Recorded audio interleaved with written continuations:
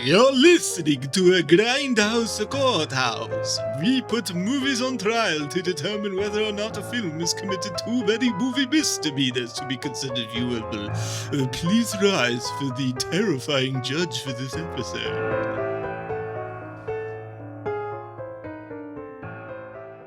Hello and welcome to the Van Helsing episode. Produced in 2004 with a budget of approximately $170 million, Van Helsing stars Hugh Jackman as the titular Van Helsing, Kate Beckinsale as some lady named Anna Valerius, and Richard Roxburgh as the My Chemical Romance version of Dracula. It was written and directed by Stephen Sommers, the same guy who wrote and directed 1999's The Mummy, an overall pleasing and generally competent action-adventure film. However, Stephen Sommers also wrote and directed 2009's G.I. Joe, The Rise of Cobra, thus proving the duality of man once and for all. Joining me today to drive a spring-loaded retractable stake through the heart of Van Helsing are the prosecutors, Dave and Dylan. Hello. Sup? Arguing that it's literally impossible to have too many characters in a movie and that set-piece changes are what make a good plot is the defense, Matt and Adam. We're doing Let's do it. Begin! Just start fighting. All right. Van Helsing, more like Van Hell Yeah. Nice. Writer, director, and producer. Sommers reinvents the universal monsters in this no holds, slam bang, high octane, over the top roller coaster of the adventure that has vampires and werewolves battling each other. No other movie has done this. You've never seen this before on anything. No film, no TV series, anything. Sommers, the man, did it first. Van Helsing is a true homage to the monsters of the Universal Studios, where Sommers resurrects every conceivable horror creature created for the silver screen and interconnects. Hold on, I have to take a breath. Does that include the mummy? Is the mummy in this? That's the only monster I No, they're care hidden. about. They're hidden in there. Hold on. The swamp monster. Yeah. Oh, I have a point on that one, actually. Oh, Created for the silver screen and interconnects them for the first attempt at the Dark Universe, which Universal Pictures would attempt to revive 14 years later. He's a trendsetter. If you're a fan of gothic stories, Van Helsing is a must-see. That's it. Objection. I have to object in my own courtroom. 2014's Dracula Untold was the next attempt to start the Dark Universe, not the Mummy. That's a point against you. God damn it. Your Honor, I move to have this entire case dismissed. Good. Well, I'll submit my summary judgment on Van Helsing. Great film, must see. Okay. Thank you. I feel like Adam had a lot of false in his... You can't prove it. You can't prove it. It's an opening statement. There were a suspicious amount of adjectives in his opening statement. Now, defense, shut the fuck up. Prosecutors, begin. Underworld 6 Frankenstein versus Dracula blows. It's the worst of the installments. Kate Beckinsale doesn't even use her vampire powers throughout the whole movie. It's just her dumb brother who's a lichen. Plus, where's that half lichen, half vampire guy? He doesn't even show up. All we get is lame-ass Gabriel Van Helsing, which is a knockoff Van Helsing. That's not even the original Van Helsing. So I don't even know who this guy is. Best part was Dr. Hyde's cute butt. Try and prove me wrong.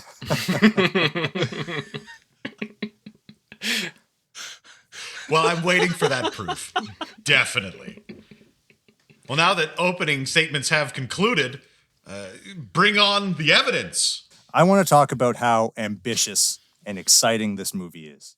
Never before has any movie ever tried to put all of these characters into one story at the same time. We got Dr. Jekyll and Mr. Hyde. We got vampires.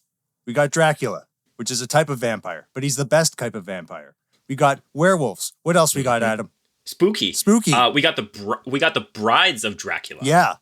We got little vampire. Those are all fetus vampires. babies. You can't just have like subsets of different names. It's like we have humans and we have Tom and we have Dylan. I can name like a billion people that way. Listen, Dave, these are the classic Universal monsters and they're coming together. They're coming together in one film. Again, This has never been done before. This is 2004. You know what we were riding? What is the name? Summers? He was on a tear in Hollywood. Listen. He did The Mummy and The Mummy Returns. And Universal was like, you know what? You're killing it. You're doing the best thing that Hollywood has ever seen. You know what we're going to do? We're going to hand you $160 million, which is outrageous for 2004. And this man sat on that. And he's like, you know what? We need to go big. We need to do something huge. Everyone loves monsters. I've done The Mummy. They loved it. Everyone loved it. There's people getting tattoos of the mummy on their face. That's how much they loved it. It revived Brendan Fraser's career. So revived or killed? He's back. Everyone loves him. He's like America's sweetheart right now. Yeah. Okay. Can you explain how that one works, Adam? Yeah, how is Brendan Fraser back? What movie are you talking about? Well, he's in that what is it? Murder? No. Oh God, what is it called? It's like a TV series. Doomsday Patrol. Oh, right. Yeah. He's in that show Doomsday Preppers, where they just went to his house and found him in that bunker with 40 Listen, years worth of canned honestly, goods. you go on the internet right now and everyone's just like, oh, Brendan Fraser, he's such a cool guy. He's so nice. And they're like, Brandon, did you fucking eat 40 years of canned goods already? You look terrible. We're getting side distracted. I want to get No, back hold to on. this. This discussion about Brendan Fraser is more interesting than Van Helsing. Let's keep going I'm just curious with that. how Van Helsing brought him back after the Mummy. I'm getting to this. It's all connected, Dave. Again, Summers did The Mummy first. That's one of the Universal monsters. Summers got the response saying, hey, this is great. People love it. What if I could one-up it? What if I go two-up it? Hell, three-up it. Let's get all the Universal monsters together. But we can't just throw them into a movie and just start battling. That's dumb. No one likes battling monsters for a full movie. No, instead, Summers had a scope that was much larger than anything we've ever seen before. So what he wanted to do, he wanted to take all those existing monsters, get them involved on screen, form a relationship that was connected. It wasn't a coincidence. They needed to be there. That's it. That's the first piece. How were they connected? I'm getting Well, there, they all started Judge. battling in the middle, so. They're in the same movie. That's how they're connected. Oh, okay, I understand. Geographically, mostly. But he wanted it to be more organic rather than just like, oh, Dracula's over there and he has to fight Frankenstein's monsters. No, we need to have a motivation behind these characters. So let's take Dracula. Look at this man. He's been alive for thousands upon thousands of years. He's got ladies galore. Means nothing. I believe he's only been around for less than 400. Okay, 400 years. Whatever. That's still a long time. That would drive you mad because you got nothing. You're getting no joy out of life. And we're seeing that with this Dracula. Everyone knows what Can I'm we talking about. pause 1 second? I believe he also specifically says in the movie he has no emotions, Yeah. no feelings. So Yeah. that doesn't matter. He Yes. can't feel. You're bringing my point, Dave. No, but like you're saying that he does this all to feel something, but like he just No, can't. Dave. I'm saying that Summers' version of Dracula has been Dracula for so long that he feels nothing anymore. So, how would you motivate a character? He needs to bring life back. How can you do this? Frankenstein's monster. Oh my God, there's a connection. This is organic. Now we have motive behind the best evil character in any Monster Mash movie. Okay, I don't see how the Scorpion King connects to any of this. You guys are lost. I'm not talking about the Mummy.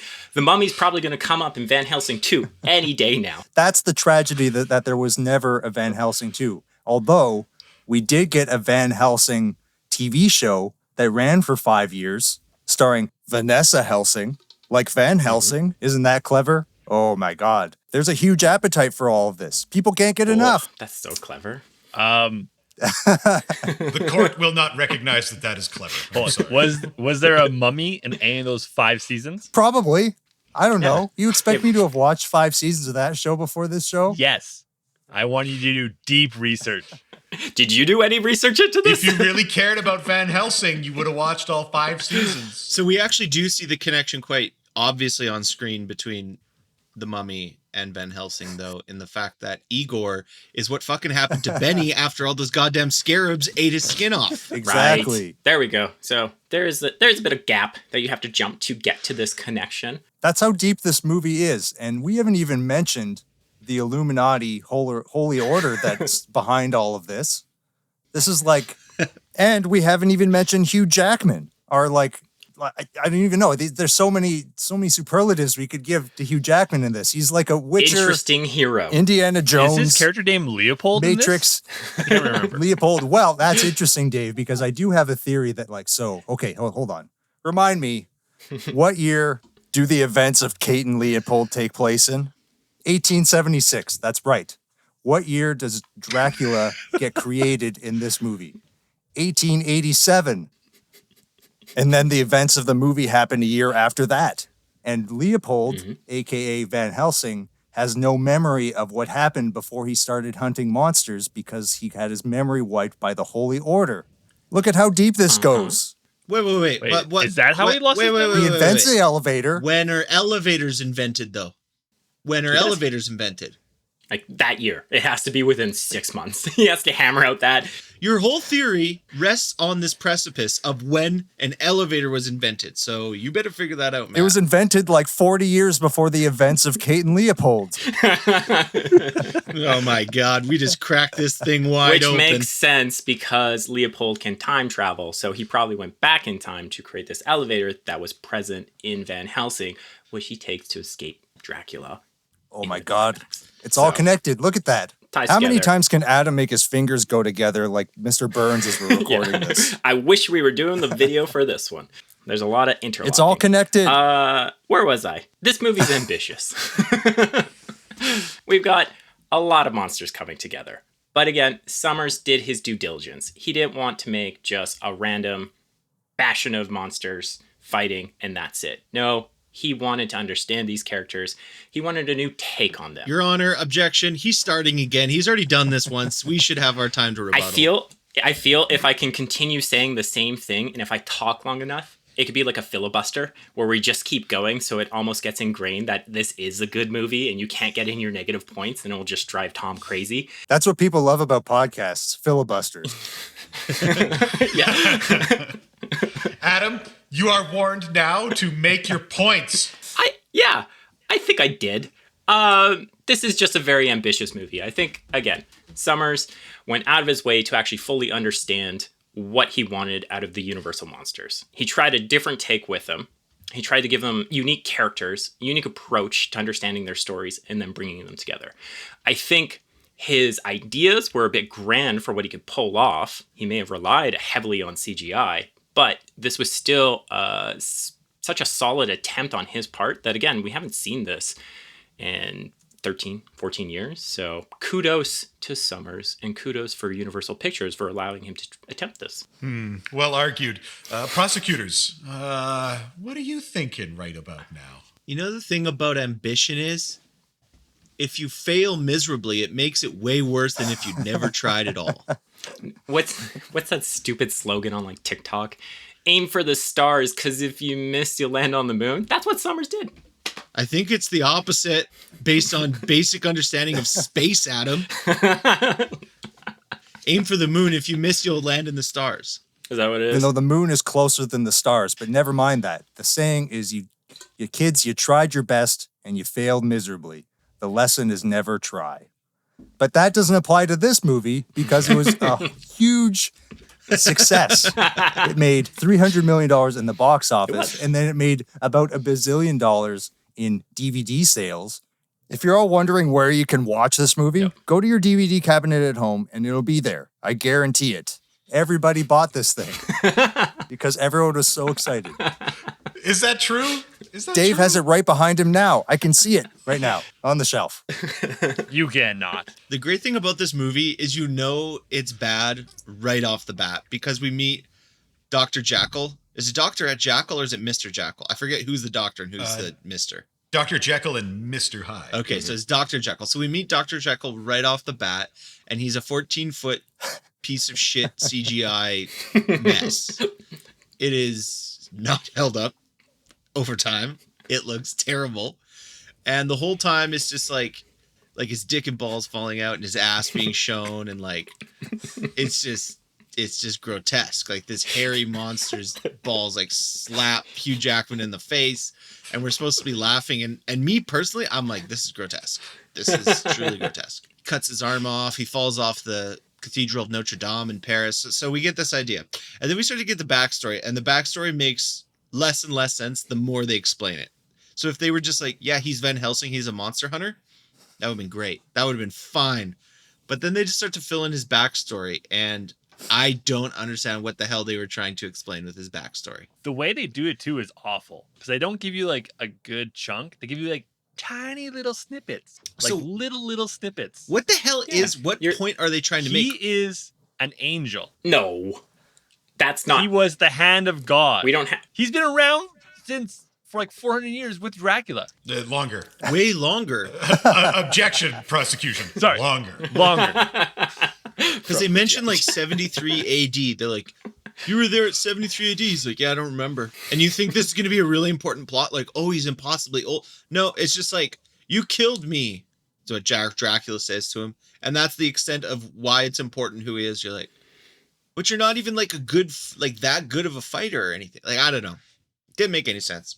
Like, did he lose all his memory and powers? Or like, why is he some shitty mortal now? That's for Van Helsing too. This is just setting it up so there's this giant lore that we can explore with all these subsequent movies that we deserve. Are you saying this is a And then we good never- movie because they set everything up in Van Helsing 1 and then never finish it? Wow. Leave it for imaginary Van Helsing 2? That's like saying Bahubali 1 is better, the beginning is better than Bahubali 2. Are we talking about the conclusion. movie You're chronology? crazy. That's like saying you enjoy J.J. Abrams movies. It's just like, oh, God. Again, bringing up JJ. Okay. Let's break this down. First off, the beginning of the movie is not the whole Dr. Jekyll, Mr. Hyde thing. The beginning of the movie. It's like 20 minutes. The beginning of the movie is paying a homage to Universal Pictures, where they have the classic black and white. They're in the castle. You have Frankenstein reviving or creating Frankenstein's monster, and Dracula's there. But again, the way that this is shot, they have the nice play with the shadows. So again, they're going back. They're recognizing what people liked from all those 1930s, 1940s horror movies. I don't know when they took place. They're old. But they're going back. They're paying tribute to this. You know what they call that, Adam? They call that a bait and switch. Because then they fucking don't do that. But no, I that's, would, that's I the would thing. also Once- be fine with that whole thing if it wasn't just a 1 year difference. That's how you know. Why were you in black and white and then 1 year later it's like they're just setting. modern age or something? It's like fucking why? Yeah, respond to that, you fuckers. They do a great transition because even when it does the 1 year later, you have Van Helsing. It's still pretty dark. It's still pretty gray. He's in Paris, but it's still being like you have the Eiffel Tower being constructed. So you get a sense of the city, the time, the atmosphere. And then as they pan over to the city, that's where the color comes in, which is fairly dark, but it's going from the gray world to the new and interesting.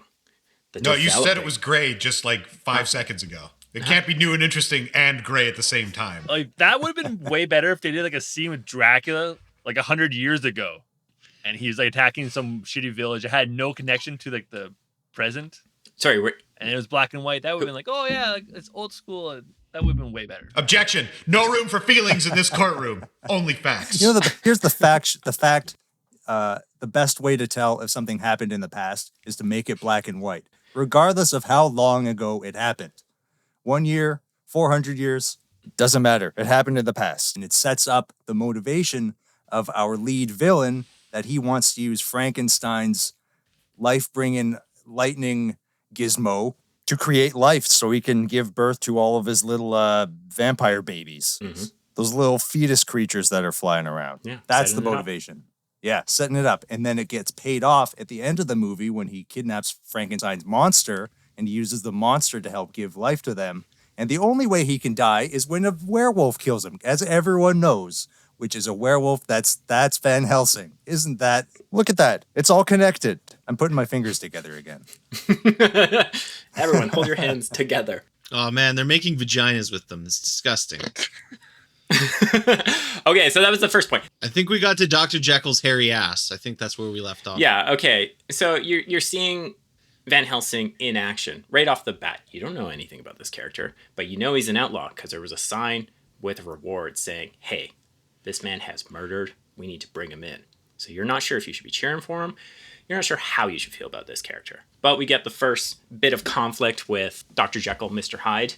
Yes, the CGI didn't hold up. But again, I bring this back to Summers' ambition of he had this idea of what a monster should look like. Yes, it was done with a lot of CGI. Maybe practical effects might have been a better approach. But he needed to get the message, get it across fairly quickly. So CGI was their best option. So again, we see Van Helsing doing what Van Helsing does best. Kicking ass. He's shooting. He's got razor blade twirly things that he can cut off people's arms and cut through the floor. He is quick, clever, and he knows how to act in a dangerous scenario. So we're setting up this character pretty well. I don't understand why they'd be against this first 30 minutes of the movie. Your Honor, my rebuttal is exactly what Adam said, just in a more sarcastic and condescending tone. I will allow it.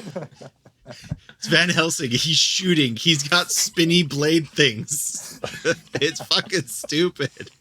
He's got cool gadgets. Yeah. That's how you phrase it. That's the spin we put on it, because he's like James Bond who fights monsters.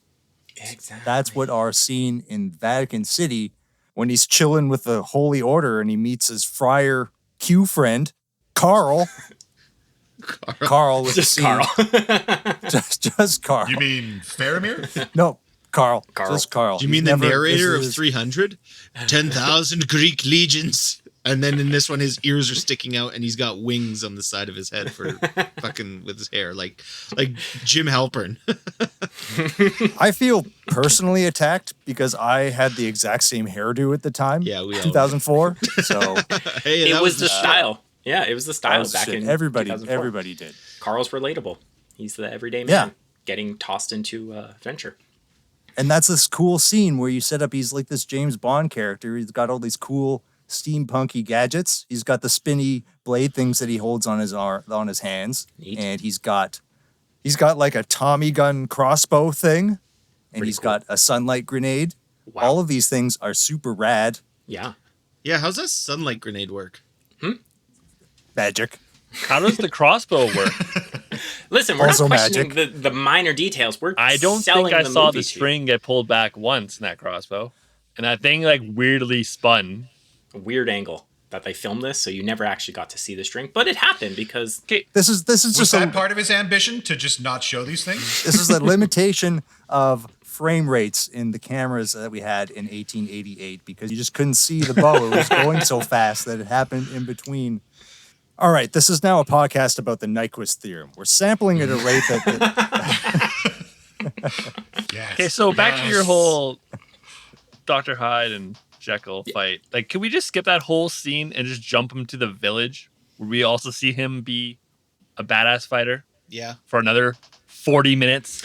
I think you need to have the scene with the church, so you can see how connected he is and how much work he's been doing with them to be fighting these monsters. So it's not just he's new, we he's just going to start there? villages and just doing it by himself. No, that's not really interesting. You want to see, so think of any type of like James Bond movie. You get that glimpse of action. You see him driving through Venice, you see him shooting up people, and then he goes to the headquarters for his next mission. That's exactly what Van Helsing did in this. And that makes it good? No, I'm not saying it's good. There is a formula Oh, okay. to some of these. Well, I guess I'm ready to deliver my judgment. Everybody's on the same side. But Dave's saying, why not cut this out? And you need this because, again, you get to see Van Helsing in action. You get to see how he's under these certain circumstances of danger, how he acts, his weapons. So you get that sense of danger and you get that sense of character. So you need that at the very beginning to understand his character, because you don't want to just have him sitting there looking at some files of like, oh, I have to go on this mission. It's just like, what qualifies this man? Well, we've just seen it. Case in point. Thank you. You're welcome. Oh, Doesn't explain why he's an angel, though. we'll get there. Will we? So what's going on in this village? Dracula, man. It's not even Dracula, it's his bitches. Brides. The term is brides. Thank you, counselor. I prefer bitches too. All right, tell me about these bitches. They had decided to attack a village in the daytime, which we all know is Yeah, the worst thing for a vampire to do. they are always and only fighting in the daytime. pretty much. I couldn't understand it either. It's kind of cloudy. It's really cloudy in Romania, and It's that's overcast. why the sunlight's not getting You know to them perfectly. So that You know what the explains. thing about clouds are? They move. Weird. These dumbass broads are like, okay, we're gonna rely on this brief break, this brief moment when the cloud cover covers the sun, we can attack the village. But sister, what happens if the clouds move? You know, like they do. Well, then I'll just hide in a well. And this is their whole tactic, flying from incredible distances to take what seems to be, I think, the typical. They take 1 or 2 villagers to feed, and that's about it. So I think this shows the priority or how drastic their mission is, because I believe they're trying to collect Anna and her brother. They're trying to kill them. And the fact that they're going out in daylight, yes, it's overcast, so they have sun protection. But the fact that they're doing this in the daylight, when they are the weakest, they have the chance of death, not just from the villagers and the hunters after them, but natural elements. This shows that they needed to get this done. This is very important to kill these 2 individuals. They already have the brother. At this point? Yeah. Yeah. Well, there you go. Okay, so there's another scene where they're trying to capture a werewolf. They capture the werewolf. The werewolf scratches the brother or whatever. The brother becomes enslaved to Dracula. We don't know why. He just does. Because at first I thought it was because he was a werewolf. Nope. Van Helsing becomes a werewolf too later in the movie and does not succumb to Dracula's powers. So I don't know what's going on. But anyway, the brother's already out of the picture. Now he's just trying to get the sister, which is the fucking same character that she plays in Underworld, pretty much. Kate Beckinsale. Yeah. Aesthetically, I mean, one difference, and I actually haven't seen Underworld in a long time, so I don't remember if she does this. She has a really shitty accent in it. Not hearing any counter arguments. Must be true. Yeah, I haven't seen Underworld in a long You don't remember the accent? I do vaguely remember everybody talking like Count Von Count from Sesame Street. Yes. Which is perfectly legitimate, and like that's how everybody from Romania talks. Don't fact check me. Don't at me. Actually, at Adam. People from Romania who are mad. Just Okay, so I will give the village one prop, and I think it was Tom's favorite scene in the entire movie. This is true. Is when Van Helsing makes a glorious jump to catch the foot of one of the bitches. I believe that's the best scene in the whole movie. He goes full Michael Jordan. Yeah. He has a running start, and his tongue is completely out the entire time. It's not something Hugh Jackman ever did before in any movie. It's not something he ever did after. But just for this one scene, his tongue is fully extended, and it looks like he's just yelling and screaming like a crazy person. But again, like, Do you think? I don't know why they did Do you think that. Summers was like, we need more out of you for this jump? I think It's not enough. So first off, Summers actually had Hugh Jackman in mind for that role. Like when he was writing it, he's like, we need Hugh Jackman for this. And Hugh Jackman gladly accepted. He wanted to do some type of action epic on this scale. So he was for this completely. I think this was the first day of filming. And that is just Hugh Jackman being so excited on being being on this type of project. That tongue is out. And he is, like, you can just see the glee on his face as he's jumping up to... If you grab look one of the closely, he's brides. actually wearing Air Force Ones in this scene. They make you jump higher. Yeah, but Everybody like knows this that. scene is so this scene with the brides and they're attacking the village. This is actually fairly well done because again, you have the blend of the brides where they were blurring real actresses with CGI. And say what you want. It was at the very fucking end- seamless. Took it out of my mouth. Thank you, Dylan. Where the reality started and the CG ended. It's fairly well done for the time, except for the death of one of the brides. Like that is poorly done. Like it looks like a 2D image. But for them moving around and attacking, it's again, I would say seamless. It blends fairly natural, and it gave some characteristics to these 3 brides. So What characteristics did it give to them? yeah, so you have Bitchiness, number one. bitchiness. Didn't you see their long stare, just the resting bitch face? No, so you have the main bride, the dark hair woman. She's taking charge. She's taking lead. And then you have the two mistress, the blonde hair and the red hair one, where they're unexperienced. They might have only been with Dracula for a couple hundred years, so they're not sure how to play the game, but they still want to meet his needs. Yeah, they don't have the experience behind it. Thanks, Dave. So you can see they're a bit little. They're like gunslingers of the Wild West. You know, they just get the job done, but they're not really thinking about the consequences. So maybe they were in charge of planning this mission, and they were just like, let's just do it in the day. And it's like, You have 100 years, and you can't figure out that daylight attacking during the daylight's bad. Okay, I'm going to talk to Matt on this one because we seem to have fairly similar complexions here. Matt, if you go on a boat and it's kind of cloudy and you don't put on any sunscreen all day, what's going to happen to you? I'm going to be a lobster by the end of the day. Okay, now what happens if sun fucking kills you and there's a slightly overcast day? I've been through this. It was such a high priority to get Kate Beckinsale that they didn't. They disregarded the environment. They're also flying so fast that they are able to dodge all of those individual photons. Faster than light? Yes. Okay. What is this, Bahubali speed are you talking here? Like, how fast are we talking? What did we learn about Kate in this entire scene? She's a princess. She is part. We found out way before that. Did we? Yeah. No, it was after. Yes. It was after the village because her and he. We learned about it way back in when he's talking to the monks, I believe. Okay, so we learned that she's a princess. She is part of the family that was supposed to be taking down Dracula. So we already know that. What did we learn from the village? You said we learned stuff. Oh, she can get things done. She can easily fight on her own. Yeah, she gets swooped up, but she gets out of that scenario by cutting the ankle of a vampire. And then she does some sweet backflips off of trees and houses. We see she stands her own, Dave. We're dealing with a strong, keep going, independent though. woman. What happens? She gets caught again because she sucks. And who saves her? Van Helsing. A man. Our hero. I don't understand where you're going with this, Dave. We don't learn anything about her this entire scene. This entire 40-minute long fight scene. It's not 40 minutes. It was brutally long. And like the whole time, I'm just like, all right, kill one of these fucking vampires. Kill one. But he just kept reloading and he kept reloading and he kept shooting through their wings and they kept regenerating.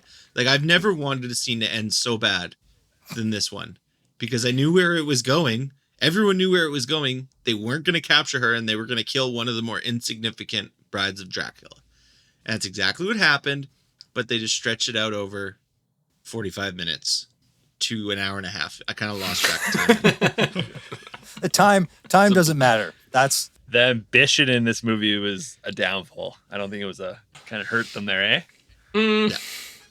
I disagree. I think you got an idea of what the threat is, and it's kind of setting up how strong Dracula could be in comparison to the brides. So you're seeing different levels to the threats that Van Helsing is going to experience throughout this movie. So wait. We see the difference between the bride and Dracula? Yeah. Well, look at it. So he's battling these three brides. He's barely holding his own. Like you're saying, he's shooting through their wings. He's not taking them down. But then he has to be more creative. Yes. Holy water. Dips it into the arrows. And then he's able to take them down. So we see Van Helsing grow, become a better hero. What does that have to do with Dracula? Yeah, I'm still confused on that. So what I'm saying is you're seeing him battle three. How can he hold his own? Is it a challenge? That's what we're seeing in this scene. Then you can compare that to how he battles Dracula and how much more of a challenge is it for Dracula?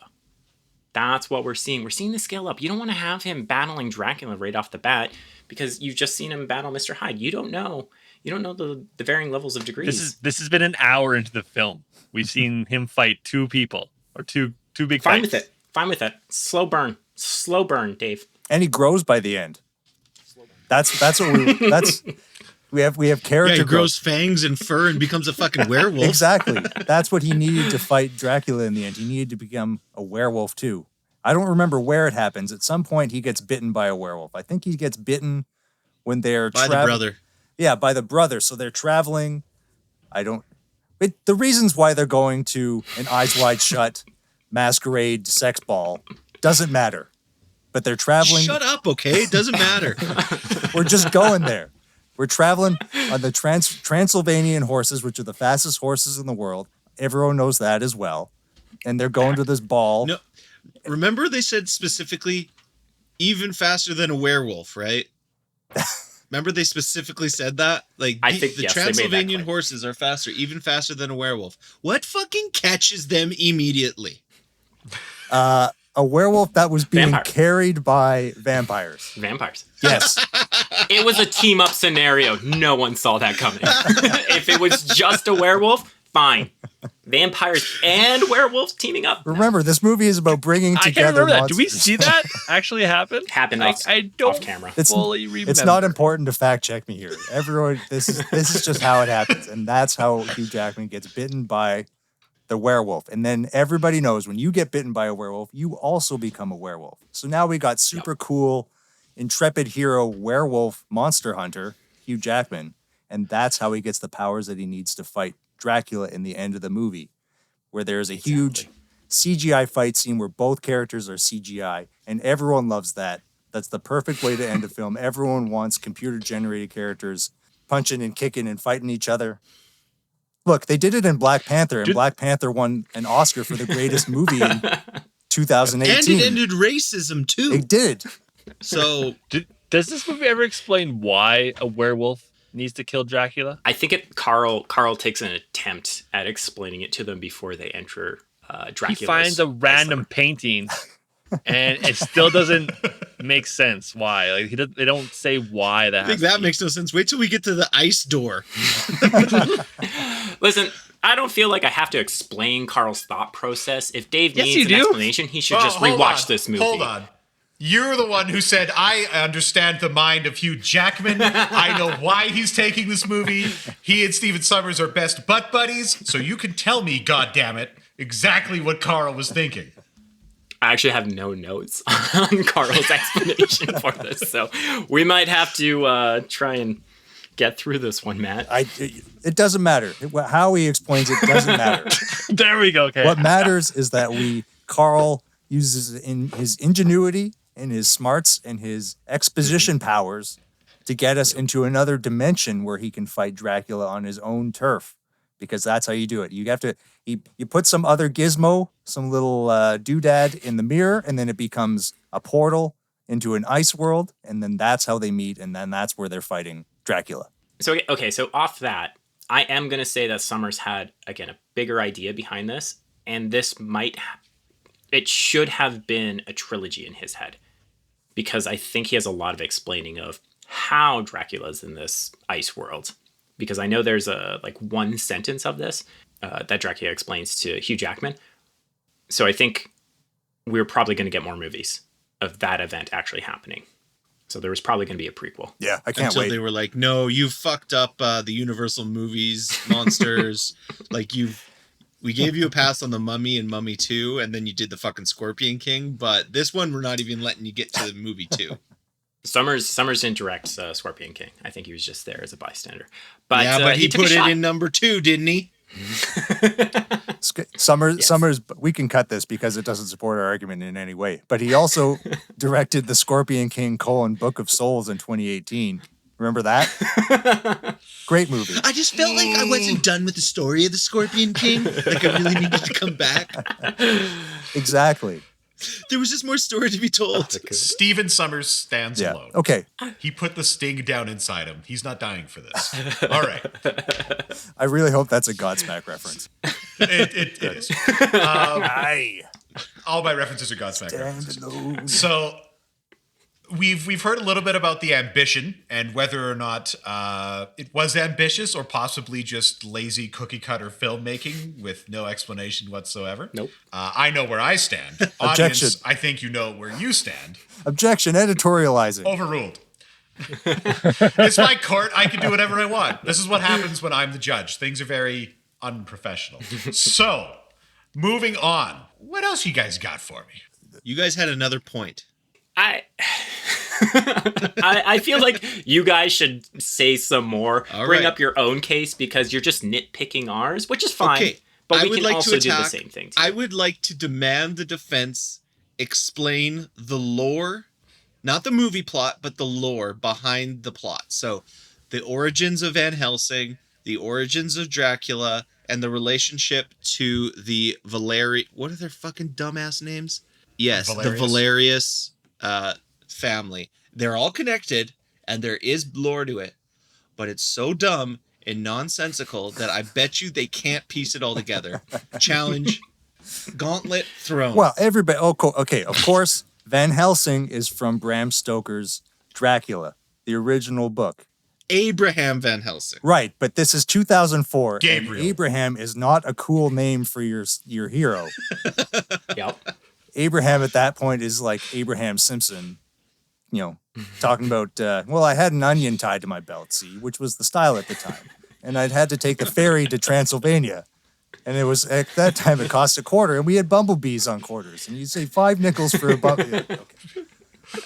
So they just changed his name.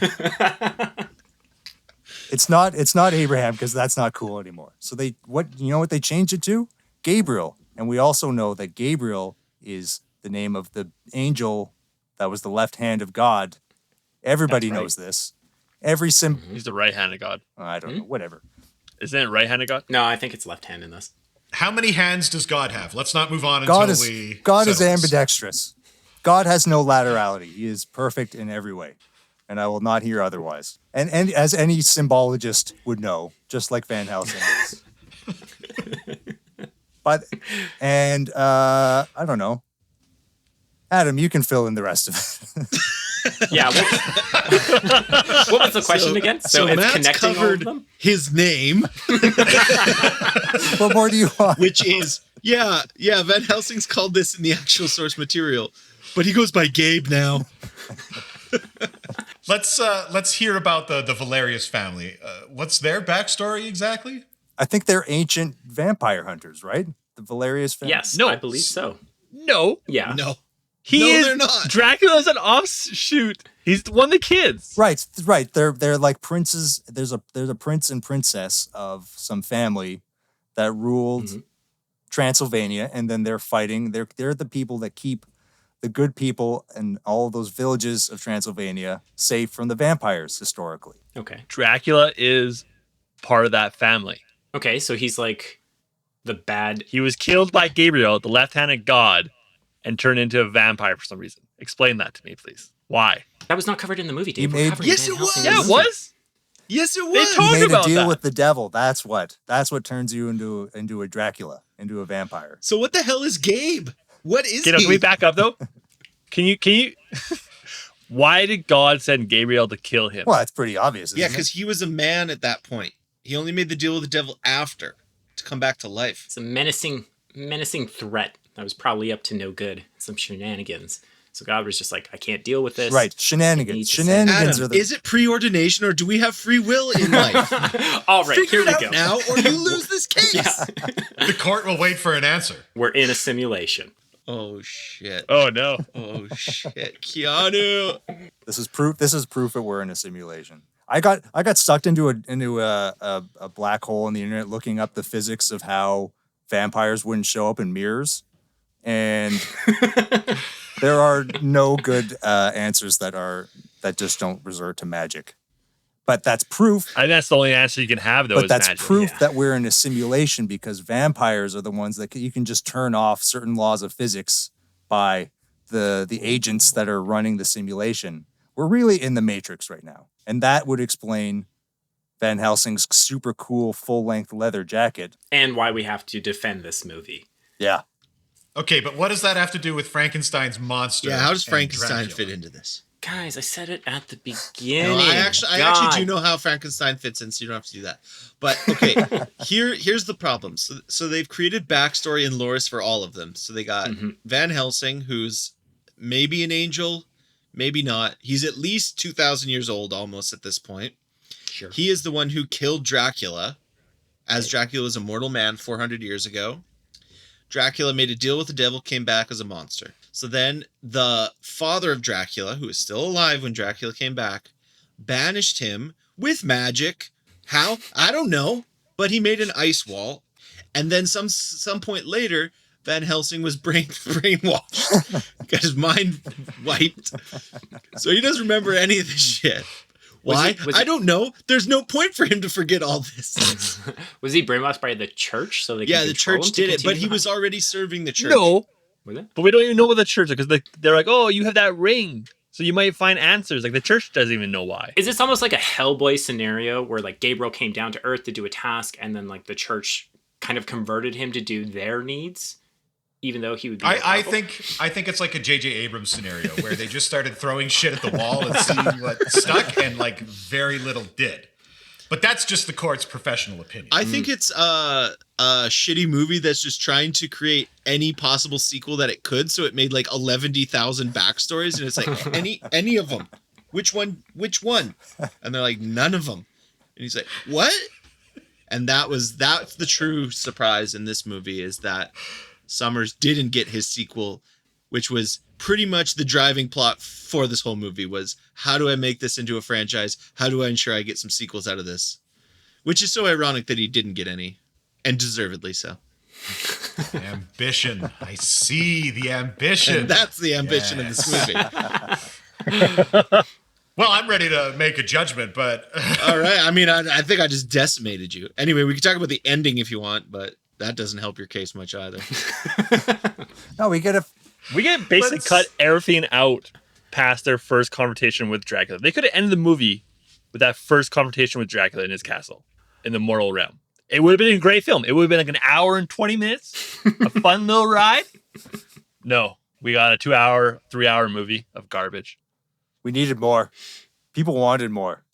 They tested it. They cut it. We got everything in that first hour and 20 though. Like we got the baby vampires and they killed them. They could have just killed Dracula in his own castle.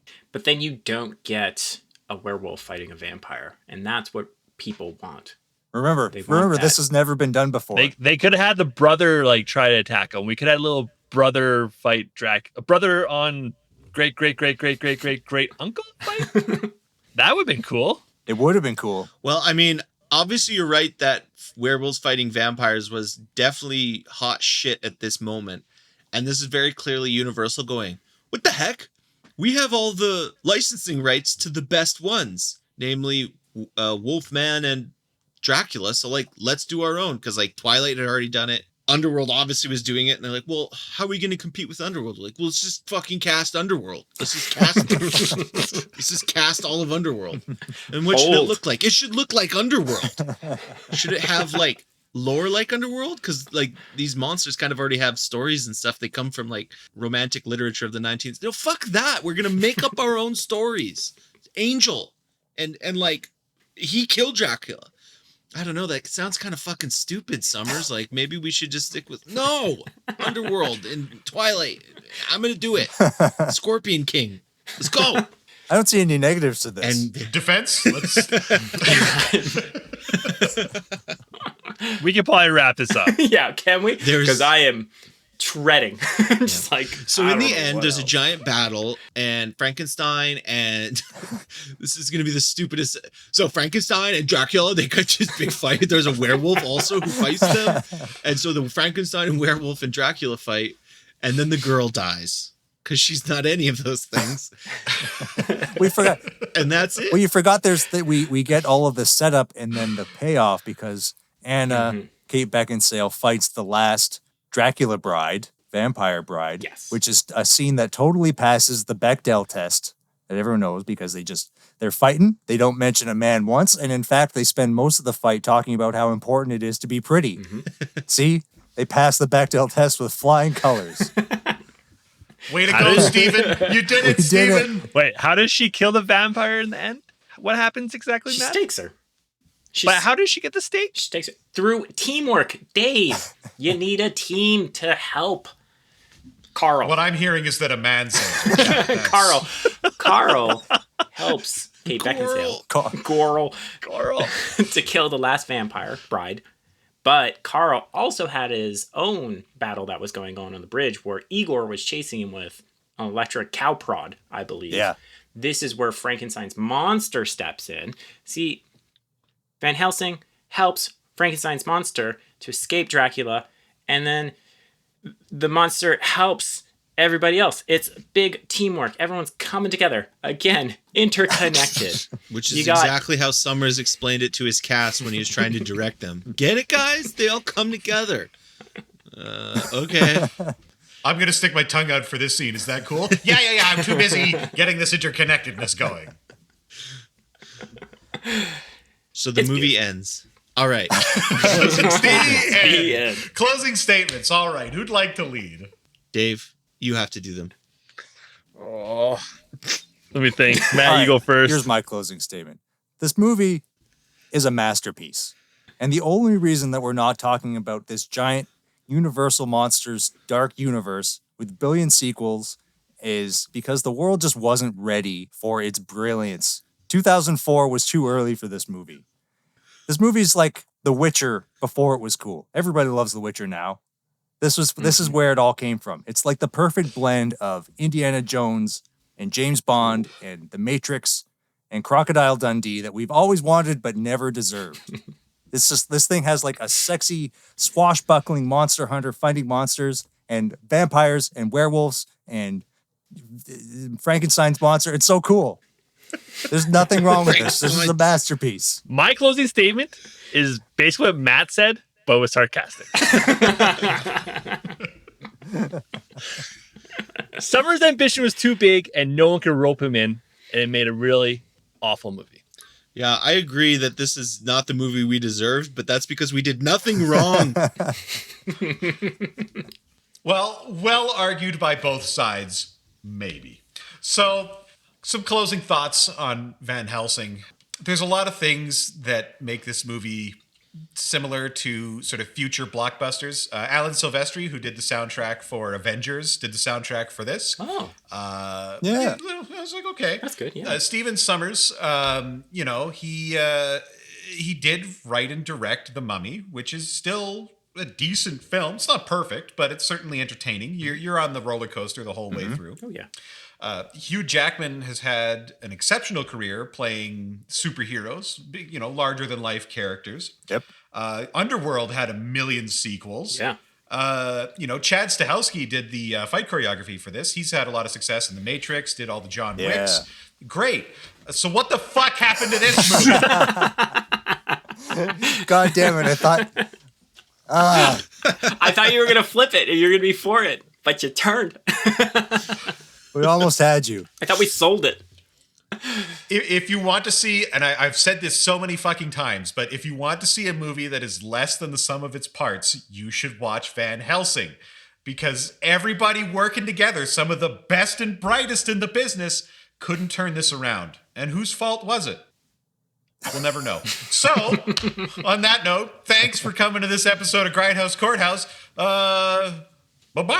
Bye.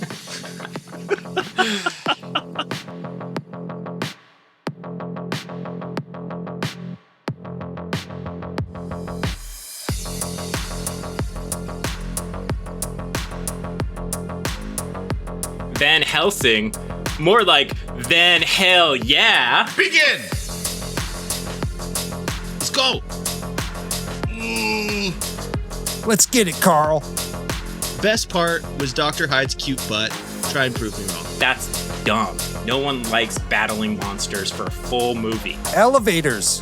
Oh my god, we just cracked this thing wide open. It's all connected. Look at that. He was the hand of God. No. What? Listen to me. The reasons why they're going to an Eyes Wide Shut masquerade sex ball doesn't matter. Shut up, okay? It doesn't matter. You kids, you tried your best and you failed miserably. The lesson is never try.